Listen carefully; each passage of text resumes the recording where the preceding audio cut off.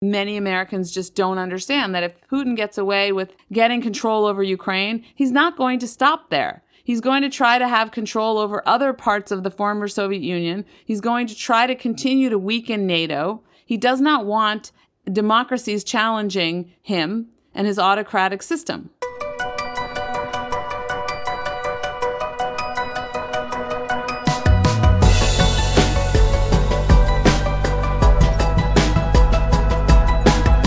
Is it too late to deter Russia from invading Ukraine? It certainly seems that way. And while it's obvious to me that it does matter, at least as far as U.S. interests are concerned, I'm struck by how much people are posing versions of this question. Does it really matter? What are the stakes of a Russia invasion of Ukraine? In fact, these are some of the questions I've received in response to our most recent episodes on the Russia-Ukraine crisis, the conversations we had with Walter Russell Mead, and before that, with Richard Fontaine. So on this episode, we attempt to answer these questions by calling on two experts who come at global affairs from somewhat different perspectives. Dr. Evelyn Farkas served as a top defense policy advisor in the Obama administration. Evelyn was Deputy Assistant Secretary of Defense for Russia, Ukraine, Eurasia, Balkans, Caucasus, and conventional arms control. Prior to that, she was Senior Advisor to the Supreme Allied Commander Europe and Special Advisor to the Secretary of Defense for the NATO Summit. Earlier, Evelyn was Executive Director of the Commission on the Prevention of Weapons of Mass Destruction, Proliferation, and Terrorism.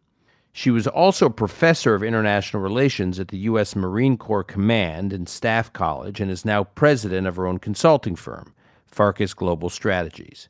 After Evelyn, we'll be joined by Bret of the New York Times, a return guest. This is Call Me Back. And I'm pleased to welcome a top Pentagon official in the Obama administration overseeing U.S. defense policy for Russia, Ukraine, and Eurasia, Evelyn Farkas. Evelyn, thanks for being on the podcast. Thanks for having me, Dan. You have had a long career, not just in the Pentagon in the Obama administration, but also a range of tours from the Senate Armed Services Committee to working on the ground in Europe with NATO leadership, and I can go on, some of which we went over in the introduction to this episode. But just to get started here, can you lay out what you believe to be the stakes in this escalating crisis, the stakes for us between Russia and Ukraine, and the stakes for us between Moscow and Washington? I mean, I think the stakes are the same in the sense that what Vladimir Putin is doing is challenging the international order.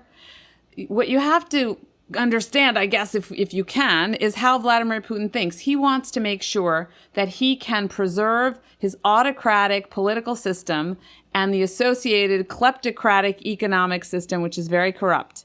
In order to do that, he feels that he has to have all of the states around Russia, especially those that made up the former Soviet Union, because he's also a bit of a Russian imperialist. He wants them all to have the same system. He doesn't want people in Russia looking across the border and seeing a successful democratic Ukraine. So he believes that he has the right, also again, hearkening back to this Russian imperial vision and the Soviet experience, to a sphere of influence. Well, Dan, we got rid of the sphere of influence after World War II, because sphere of influence is when you have no international rules of the road that, like might makes right, and sphere of influence led to the competition that led to World War I and World War II. After World War II, we set up the UN Charter, the UN as an institution, and we said that borders cannot be altered by force. Okay, and granted, we've had lots of wars, but we haven't had global wars. So this system has worked to keep us safe. But Vladimir Putin, especially when he went into Ukraine and he annexed Crimea, that was a real game changer, because that was the first time since Hitler that borders in Europe had been changed using force, when he said Ukraine now belongs to Russia. And believe me, there are plenty of other leaders in Europe and elsewhere who would love to change borders using force and get rid of the UN system. But that's what keeps us safe. And if I could just for 1 second, pull you back to your own personal experience in Iraq. If you recall, even before you were there later, in 1991, we went to war with Iraq. Why? The reason was because Iraq went in and occupied Kuwait and said, this is part of Iraq now. Now, yes, we had economic interests at stake, oil and all that, but we went to war to push Iraq out of Kuwait to say you cannot alter international boundaries using military force. That bedrock principle is what really matters. So 2 questions on that front. So some, I think on the fringe, are arguing, well, you know what? If Putin goes into Ukraine, it's not pretty. It's probably not good, but it's not really our problem, as though Putin occupying even just a piece of Ukraine is where it stops.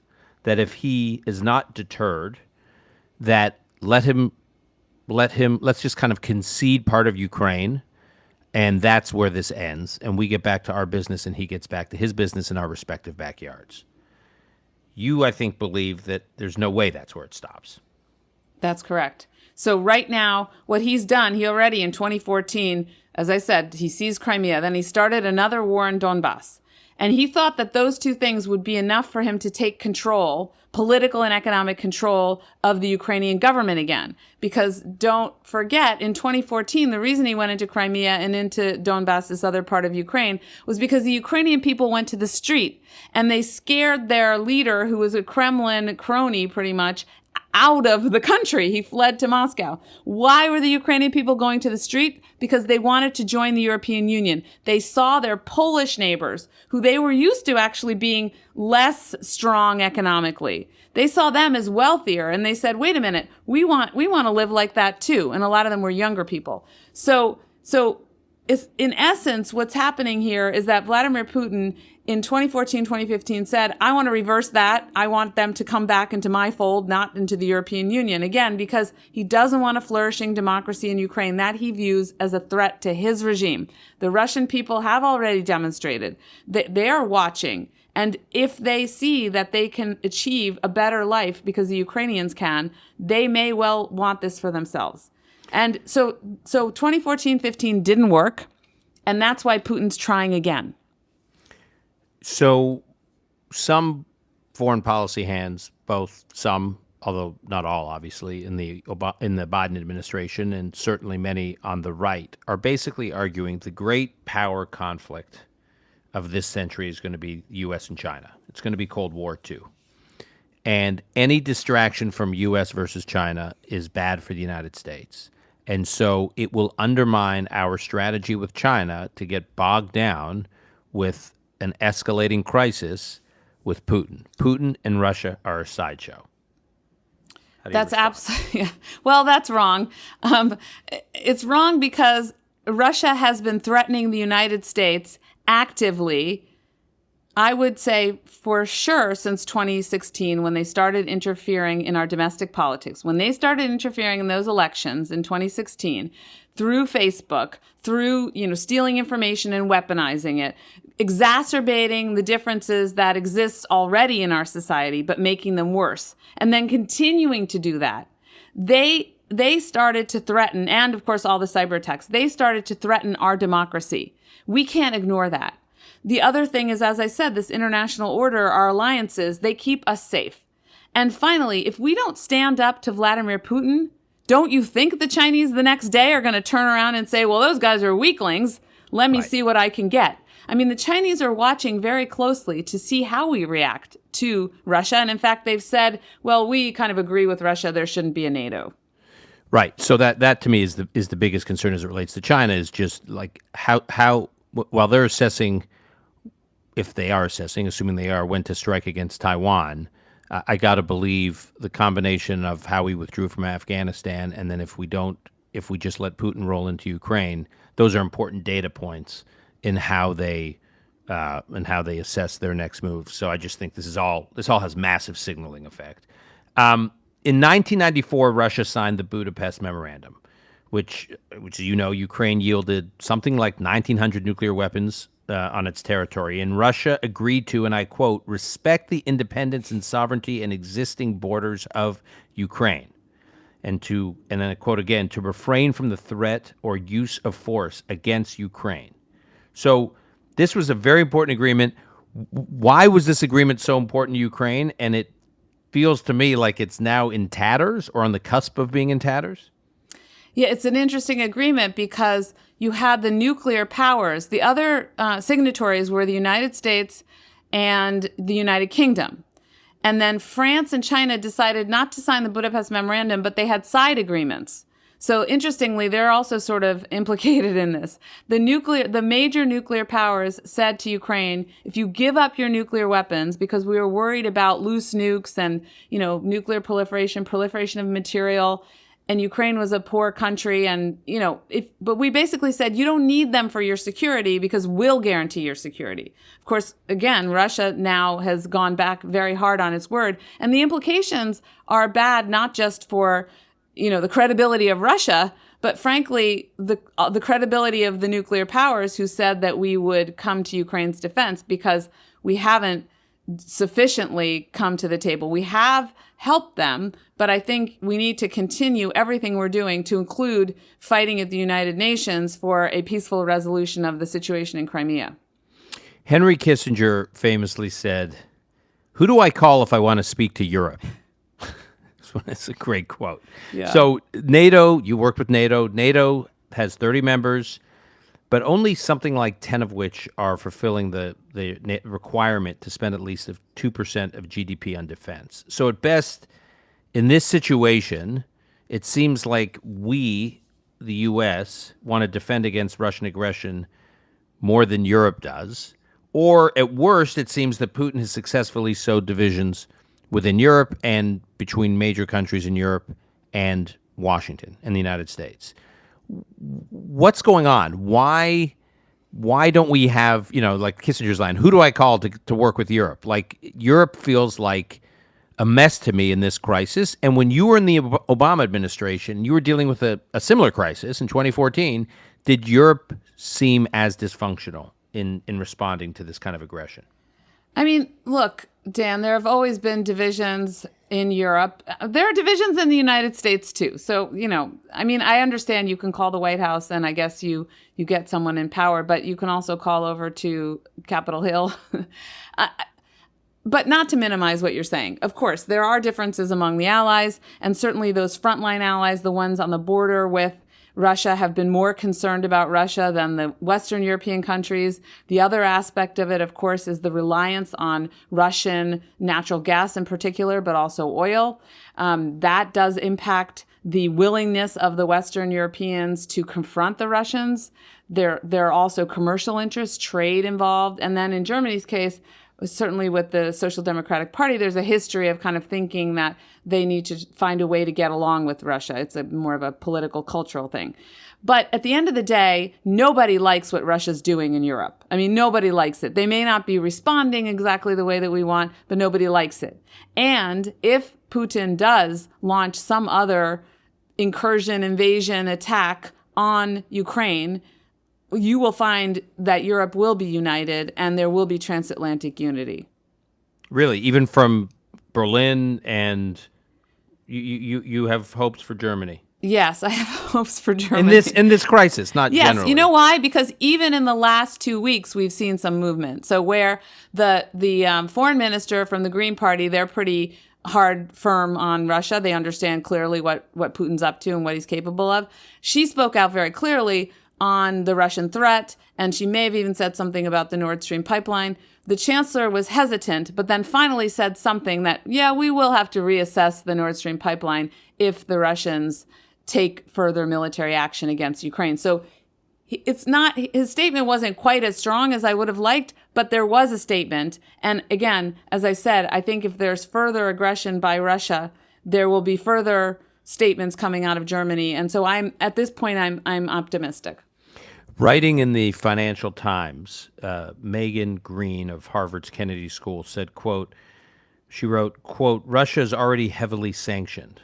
And then she goes on to explain there's no discernible improving effect on Russia's behavior as a result of sanctions that they've been subjected to over the years, including during the Trump administration.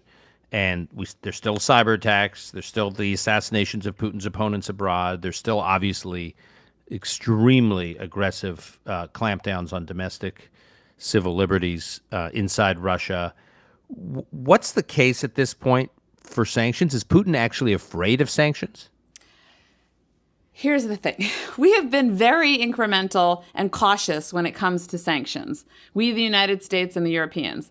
There is a huge space between the sanctions we put on Russia and the kind of sanctions we have on Iran and North Korea. Okay? The sanctions the Biden administration is contemplating now are serious sanctions. And I believe that they've communicated, even in concrete terms, to the Russians what those sanctions would be. So they likely include cutting off access to sovereign debt servicing, including past sovereign debt. That would hurt the Russians. They likely include blocking access to the West by Russian banks, major Russian banks who support the Russian government, Sberbank, VEB, and VTB, for example. They may well also include keeping Russia off of the SWIFT interbank transfer system. Obviously, more sanctions on oligarchs. They probably don't include sectoral sanctions because we'd have to find a way to provide, oil and gas to the Europeans in that case. But they are much stronger than what we've done so far. We should have implemented these harsher sanctions, frankly, earlier. But now we are contemplating them and threatening them, and I would imagine it has to make the Russians stop and think. But I don't think that they are sufficient. And so everything we're doing to show the Russians that if they roll into Ukraine, it will be militarily painful, that is actually, I think, more important. And the last time you dealt with a crisis like this firsthand as a policymaker in the Obama administration, can you just explain the internal debate about how aggressively to crank up sanctions? What was the resistance to these kinds of more aggressive sanctions that you're talking about? Well, you're always worried about the impact on your own economy, on your own markets, and certainly we were always doing everything lockstep with our European allies because the Europeans do so much more business with Russia. If you want the sanctions to have teeth, to hurt, then you have to implement them with the Europeans. And so the Europeans, of course, they go along with some sanctions, but they didn't want to take the pain. When I brief, I'm also a consultant, as you know, and when I brief investors, I tell them often, look, sometimes you have to be willing to accept some pain because you are protected by the rule of law and democracy in this country. And if it's too much pain, then go to our government and maybe they can help you alleviate some of it. But at the end of the day, we need to put sanctions on Russia. We need to make them feel the pain, even if sometimes, our own companies have to absorb some of the shock as well. We had Walter Russell Mead on a couple weeks ago, and he just made the point, if we are laying out very aggressive sanctions, very punitive sanctions that we would put in place. Republicans are doing this. Democrats are doing this. I want to go through some more of these sanctions in a minute. But if Putin is not afraid of these sanctions, what good is it imposing sanctions, saying we're going to impose sanctions on him after he goes in farther to Ukraine? Because then to your point, Europe has to absorb a lot of pain. We potentially have to absorb some pain at a time of inflation, tightened supply chains, rising oil prices, et cetera. So if Putin's not afraid of sanctions and we impose all these sanctions and he goes in and we and Europe are suffering economically, I'm just trying to imagine where we are at that point. Well, we don't know that he's not afraid of sanctions. I just worry that it's not sufficient. So I would, again, pile on all the deterrent military action and also diplomatic deterrent action. But you must punish him so that he doesn't continue, and they will hurt, and they'll hurt other people besides Vladimir Putin himself. And that matters.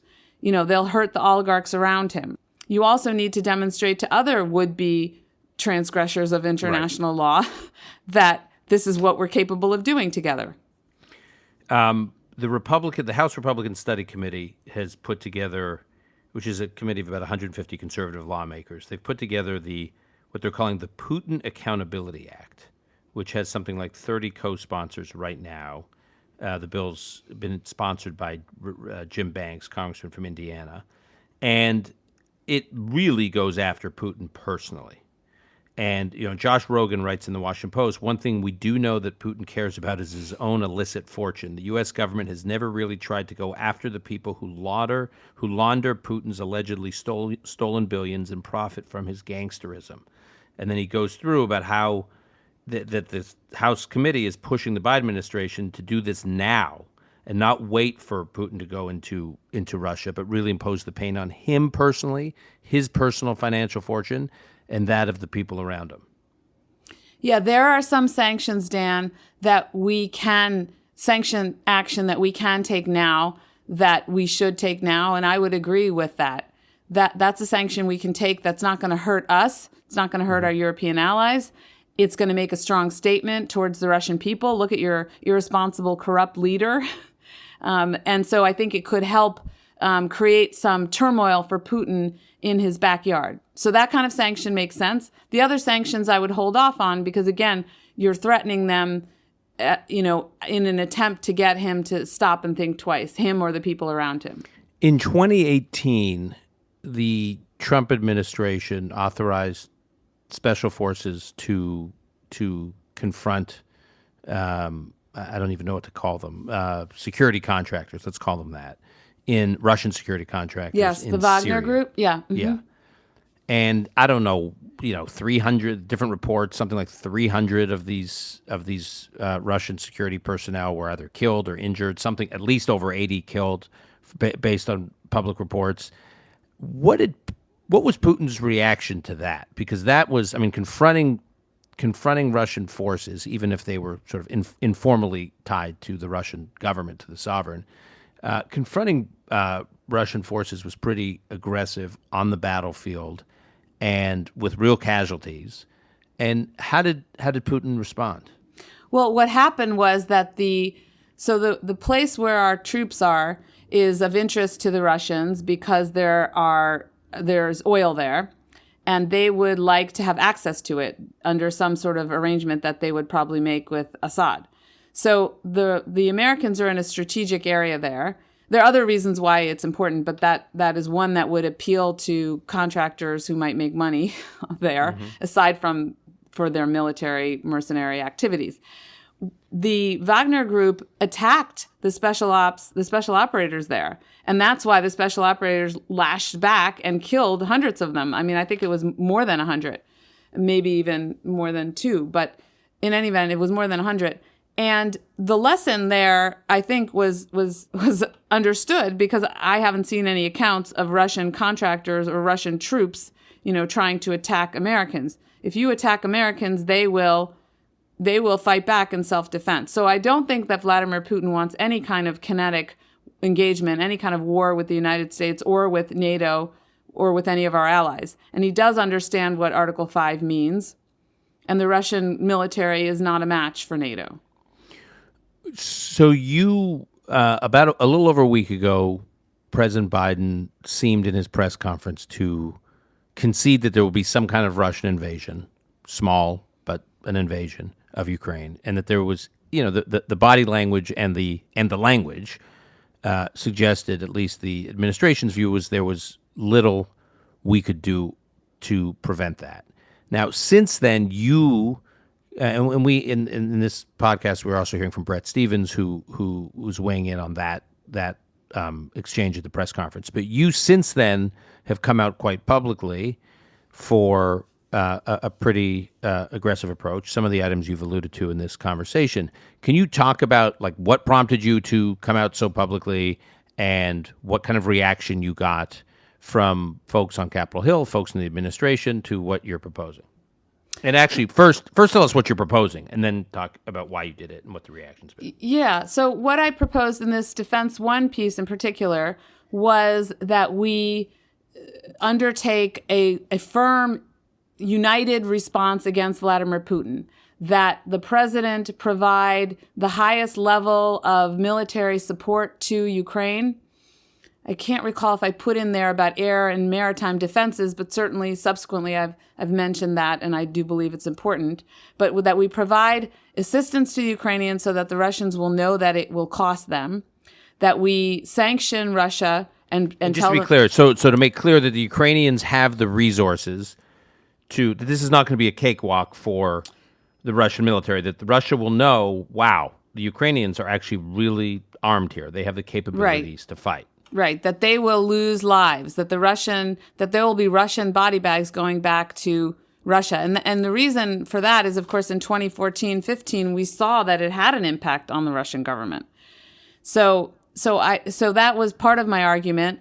The real reason, I mean, the part of the argument that I put last was that President Biden needs to go to the United Nations and organize a coalition of the willing. Now, a coalition of the willing to undertake diplomacy, not to force Russia militarily to leave, as we did with Iraq in the case of the Kuwait annexation, but because it's a similar situation, we need to mount as energetic a diplomatic response to this one as we did to the Iraqi invasion of Kuwait.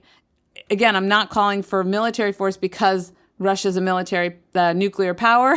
We don't want to engage in war with Russia. But we should put the full force of global pressure on them because they are challenging the international order. And this is the part I think that many Americans just don't understand, that if Putin gets away with getting control over Ukraine, he's not going to stop there. He's going to try to have control over other parts of the former Soviet Union. He's going to try to continue to weaken NATO. He does not want democracies challenging him and his autocratic system.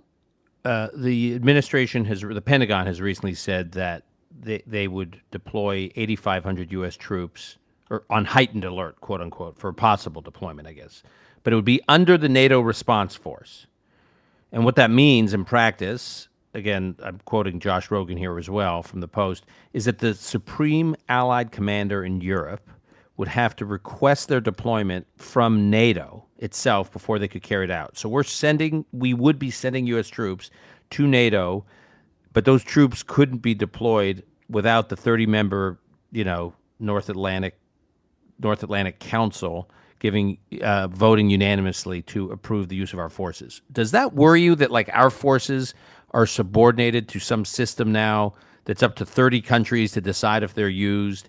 And does that also just create a bureaucratic mess if we're in the middle of a crisis, that if Putin went in to Ukraine, we're sitting there having these debates and discussions in Brussels about how to get 30 governments to vote to allow U.S. troops to be deployed?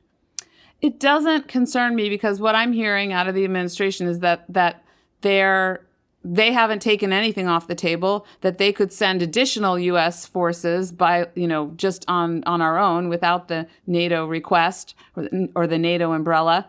I think doing it as part of a NATO response force demonstrates, again, that it's the full force of NATO, even if it's not a large military force, right? So I think there's political advantage to doing it under the NATO umbrella, but we're not tied to that operationally. I want to just ask you one question before we wrap here, which is your own. So you've been a longtime policy wonk. I say that not in any pejorative way, in the Russia/Ukraine/European sphere, and you don't just come at it as a wonk or an academic, although you have a lot of experience in both, but also your personal story, your family's history. Can you just tell us, just briefly, your family's history in Hungary and how you kind of growing up came to care about these issues? Yeah, so my parents were born in communist Hungary. In 1956, there was a revolution to try to kick the Soviet Union out. I mean, they literally had tanks in there. They pushed the tanks out. The Soviets left, but the problem was that the Soviets were coming back.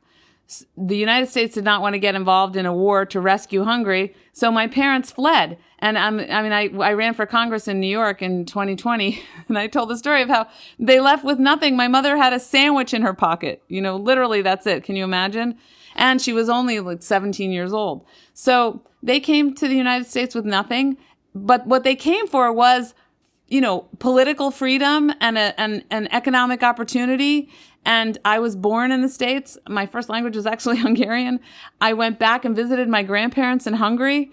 I knew what it was like to live under communism. My parents would say, shh, don't talk in front of that lady because she's the spy in the building and she'll tell on your grandparents. And I knew that something horrible would happen to my grandparents. So, knowing that there are these other systems of government, I grew up in America really grateful, first of all, that my parents were welcomed here, and they got educations in the United States, and they were able to, achieve kind of the American dream. And so I feel very strongly about our democracy because I do think you have to work for that every day. And certainly I feel that the international order you have to pay attention to it because outside actors can also endanger your democracy. And I think as Americans, since we're the greatest power in the world still militarily, politically, and economically, we have a responsibility to stick up for those smaller countries and those peoples who want to be democratic when they're being pressured militarily by people like Vladimir Putin and his vast army and navy. Hopefully the administration is taking your counsel here. At a minimum, I think our listeners would agree. You've helped provide a crash course in why this matters and why it's not too late. So, Evelyn, thanks for joining the conversation. Thanks very much, Dan, for the opportunity. As listeners to this podcast, you know Bret Stephens, and this is part 2 of our conversation with him. In this episode, we talked to Bret about the Biden administration's handling of the Russia-Ukraine crisis, pivoting off President Biden's troubling press conference from a couple of weeks ago. Here's my conversation with Bret. And I'm pleased to welcome Bret Stephens back to the Call Me Back podcast. He's a fan favorite. This is technically his third appearance on this podcast. And Bret, I want to talk to you about Ukraine, which you have written about a lot in the Times and have been a keen observer of developments there. And I want to quote from President Biden's press conference, his almost jaw-dropping press conference. And let me preface it by saying one could argue early in the Biden administration, they did some important things as it related to Ukraine. The White House froze the withdrawal of American forces from Europe early on. That had begun under the previous administration. They'd expanded the sanctions against Moscow, tough sanctions already in place from the Trump administration, and the president had dispatched defensive weaponry to Ukraine, not the offensive weaponry and technology the Trump administration had dispatched, but nonetheless had done some important things. And that's where we were at the beginning of the Biden administration.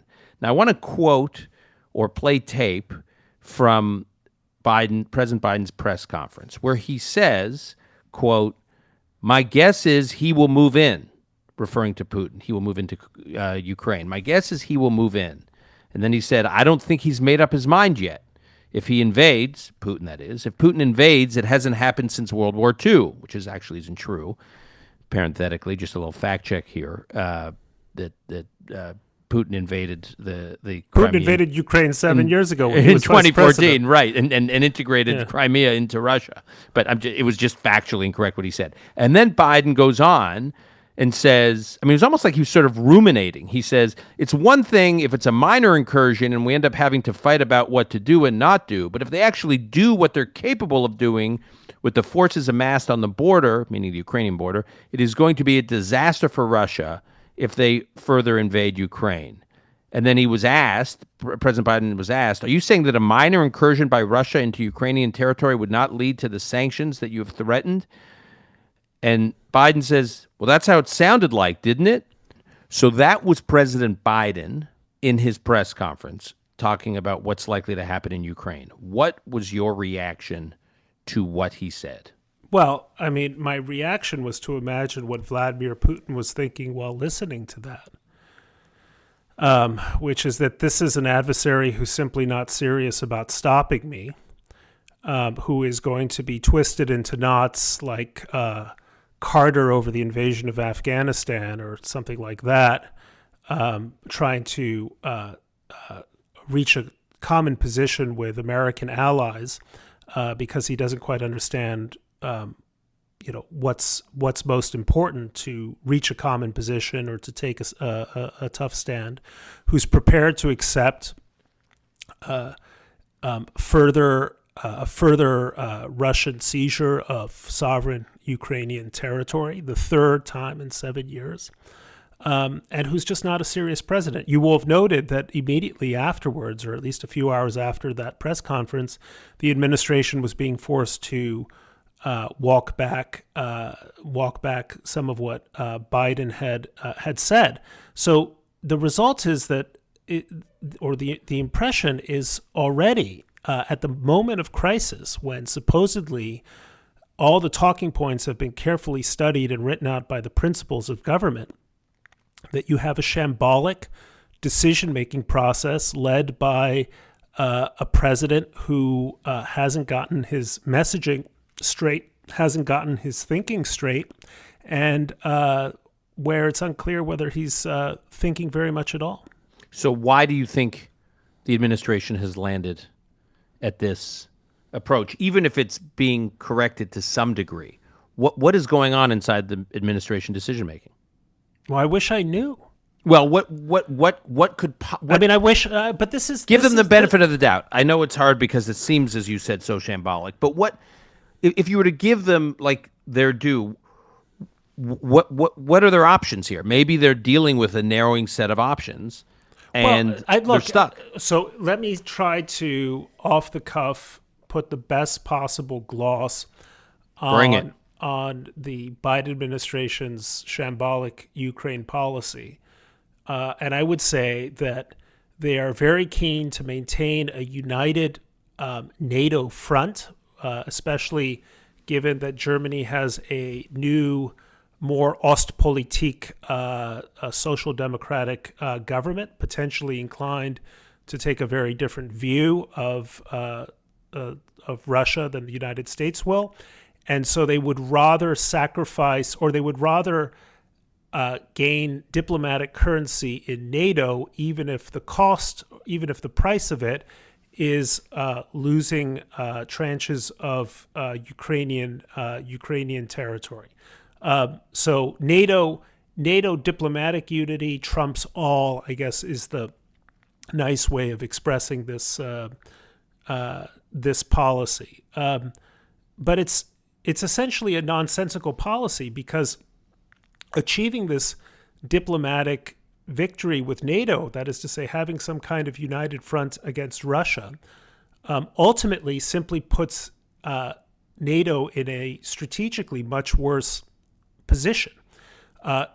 Strategically worse because Russia has been emboldened. It will be able to have achieved objectives in Ukraine at a relatively minor and diminished cost from the West. It demonstrates that transatlantic unity is becoming a fig leaf and an increasingly torn fig leaf.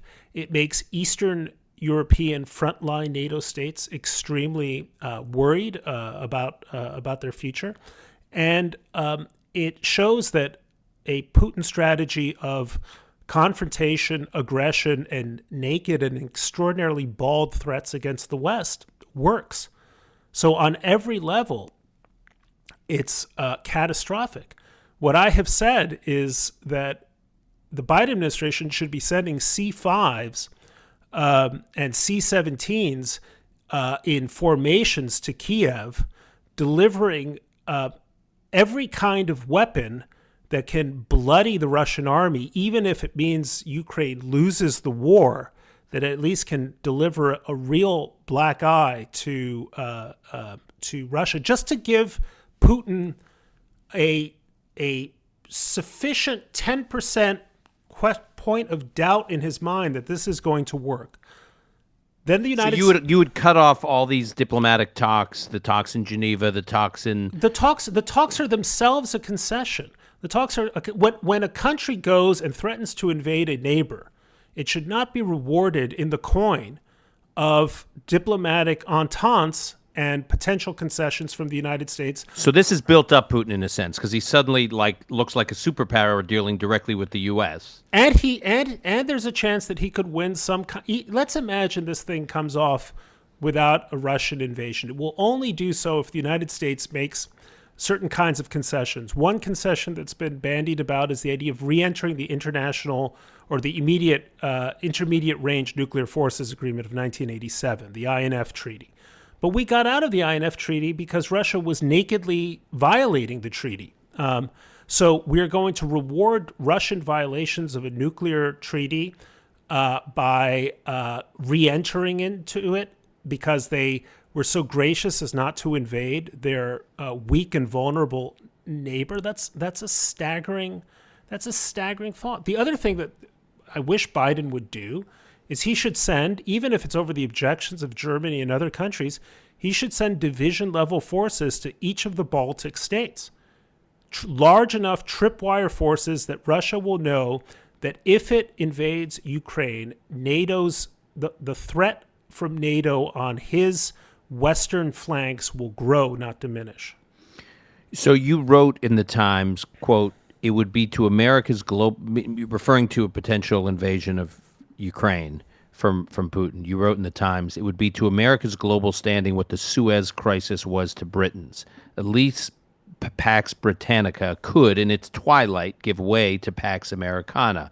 But what does Pax Americana give way? Close quote. So could you, first of all, explain the significance of the Suez Crisis? It began in October of 1956. Why was it so important to what some may argue was the beginning of the end of the British Empire? Well, the British Empire was, in a sense, a shell of itself when Gamal Abdel Nasser nationalized the canal, triggering an effort by France, Britain, and Israel to retake the canal, leading to the debacle of Eisenhower, who was trying to curry favor a month before his reelection with the anti-colonialist forces of the Third World to strong-arm Britain into relinquishing its position, leading to the downfall of the government of Anthony Eden, the humiliation of Britain, and its conclusive diminishment as one of the members of the Big Three that had the victors of the Second World War. The point of all that, it's a long history, it's an interesting history. The point of all that, it was the moment when Great Britain got kicked so hard in its pants, if I'm being diplomatic here, that it knew that it was, even if it was going to be a country in the world, it wasn't going to be a power on the world stage. Now, when that happened for Britain, you had a big, strong America that was prepared, as Kennedy would say a few years later, to pay any price, bear any burden for the sake of freedom in the world. There's no great liberal alternative to American power that's ready to pick up the pieces if the United States decides that it doesn't have the will or the wherewithal to stand up to people like Putin or Khamenei or Xi Jinping in China.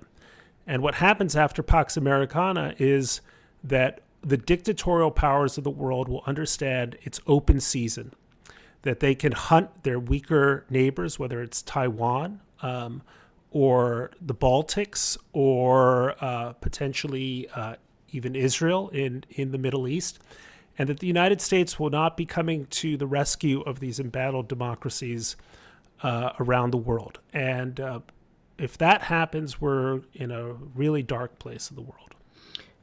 You wrote a book a few years ago that I would argue is somewhat prescient on this front. I would say it was more than somewhat. Okay. So bring it. Like, tell me what you the book is called America in Retreat. Mm-hmm. We'll post it in the show notes. America in Retreat: The New Isolationism and the Coming Global Disorder. So you wrote this book during the Obama administration. Right. It was published in 2014. I remember I held a book party for you. You did. It was a very nice book party. Glad you remember it. Yeah. So just briefly, what did you argue in that book, and what has come to pass? I argued in the book that the United States risked under President Obama repeating the mistakes of the 1920s and the 1930s when we decided we wanted, we wanted no part in policing the peace that had been arranged after World War I, and that our withdrawal from the game of international power politics is what ultimately led to the rise of the fascist dictatorships in the 1920s and 30s and the catastrophe of the Second World War. And that American policy under Obama, and as I predicted, under an isolationist Republican president, I had a whole chapter in there called Republicans in Retreat, which I think anticipated the quasi-isolationist drift of the GOP. And now under Biden is moving in just that direction because we don't have, among other things, a kind of an intellectual architecture for why American power is indispensable, not only for the sake of little Latvia or little Israel or little Taiwan, it's indispensable for our own security and prosperity. And that was the essential argument of the book. And I think 7 years later, although I was wrong on some of my predictions, I think the overall thesis has been pretty well vindicated. I agree. One thing it requires to reverse this direction we're heading in both parties are political leaders who are running for office and who are in office to explain to the American people why these battles are important and why these challenges are important. And unfortunately, we have very little of that. Leaders explaining the stakes. If you want to do what you're advocating, for instance, vis-a-vis Russia and Ukraine, we need a leader who's willing to actually explain to the American public what the stakes are. And we don't have people explaining the stakes. Well, look, the American people are right to be skeptical in the sense that tremendous blood and treasure was invested into two nation-building programs after 9/11 in Iraq and Afghanistan, which ended for the most part, in sand and ashes. Now, I would argue they ended in sand and ashes because of not the decision to enter those countries, but rather the decision to leave them, and leave them in a way that made them vulnerable to catastrophe or to political setbacks. But I understand, and I think it's important for any of us who are on this side of the argument to reckon in a excuse me, my throat's a little dry, to reckon in a thoughtful and serious way with that critique that 20 years of effort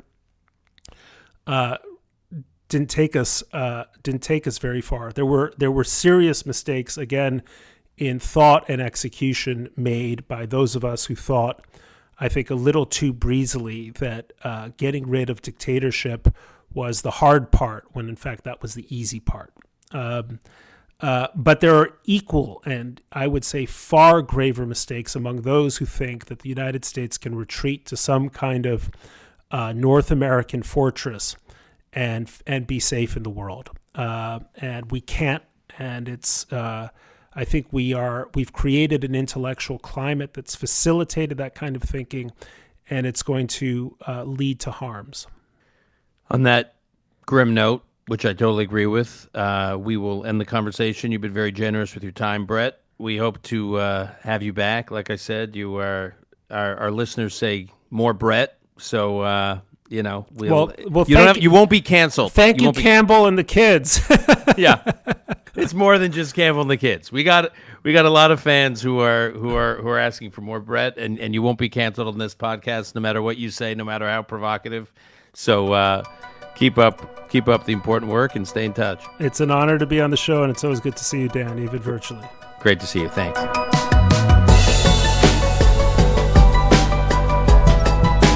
That's our show for today. To follow Evelyn Farkas, you can track her down on Twitter at Evelyn N. Farkas, Farkas. And to follow Bret Stephens, you can track him down through the New York Times opinion page or on Twitter at NYT Opinion or at the Sapir Journal, which he edits, at Sapir Journal, SAPIRGOURNAL. Call Me Back is produced by Alon Benatar. Until next time, I'm your host, Dan Senor.